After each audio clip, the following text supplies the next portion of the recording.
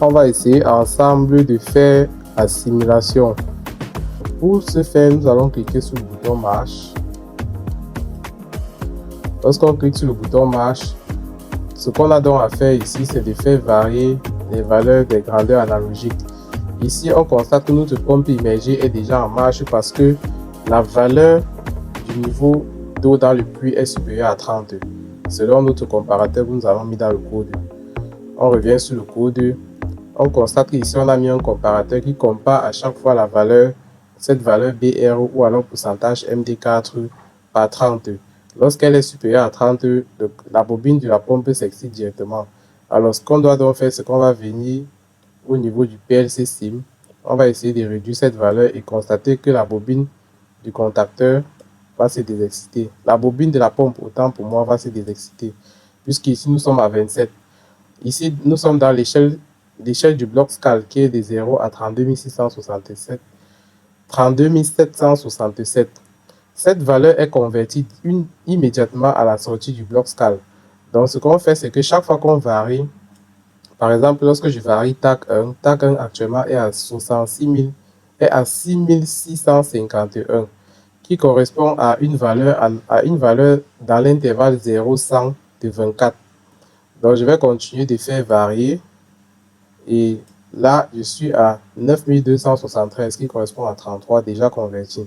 Donc, c'est une règle de 3. Alors, on vient sur WinCC, on observe le comportement de notre réseau SCADA. Vous allez constater que chaque fois que la valeur BR est inférieure à 30, la pompe s'arrête. Donc, même l'eau ne peut pas circuler, traverser le filtre à sable ou alors le filtre à cartouche. Donc, ce qu'il faut, c'est qu'il faut d'abord que le niveau d'eau dans le puits soit au moins à 30 pour permettre à la pompe de bien pomper et de refouler vers la canalisation principale. Et j'ai donné le rôle du filtre à sable. Le filtre à sable filtre les particules lourdes et les impuretés.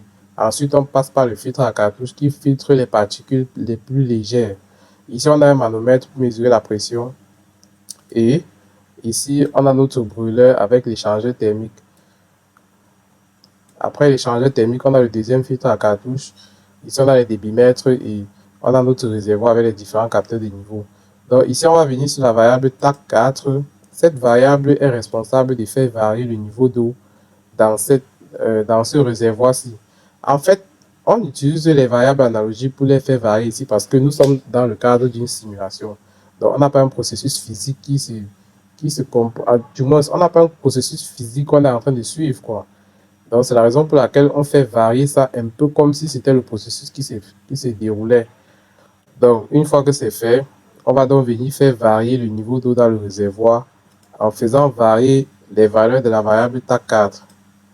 Donc ici, au fur et à mesure que j'évolue, je vois bien comment le niveau d'eau monte dans ce réservoir. Je peux faire varier ça brusquement.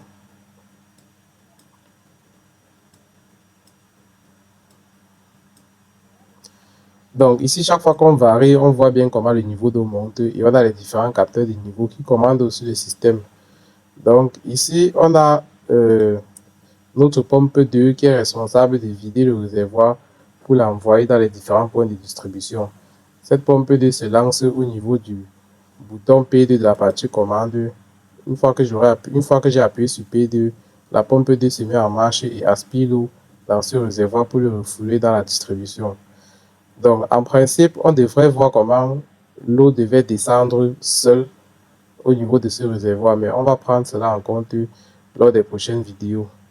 Donc, ici, on considère qu'on a nos capteurs de niveau qui gèrent déjà le job dans les niveaux haut et le niveau bas. Et ici, on a notre pompe qui est responsable de vider. Donc, chaque fois que l'eau est en bas du capteur de niveau, la pompe s'arrête. Bon, vous constatez que lorsque je clique sur la pompe, sur le capteur de niveau bas, la pompe s'arrête. Pareil avec le capteur de niveau haut. Lorsque je clique dessus, la pompe s'arrête. Donc, ce sont les dispositifs de sécurité. C'est pour éviter la marche à vide et le débordement. Donc, ici, je peux cliquer sur arrêt pour arrêter le système.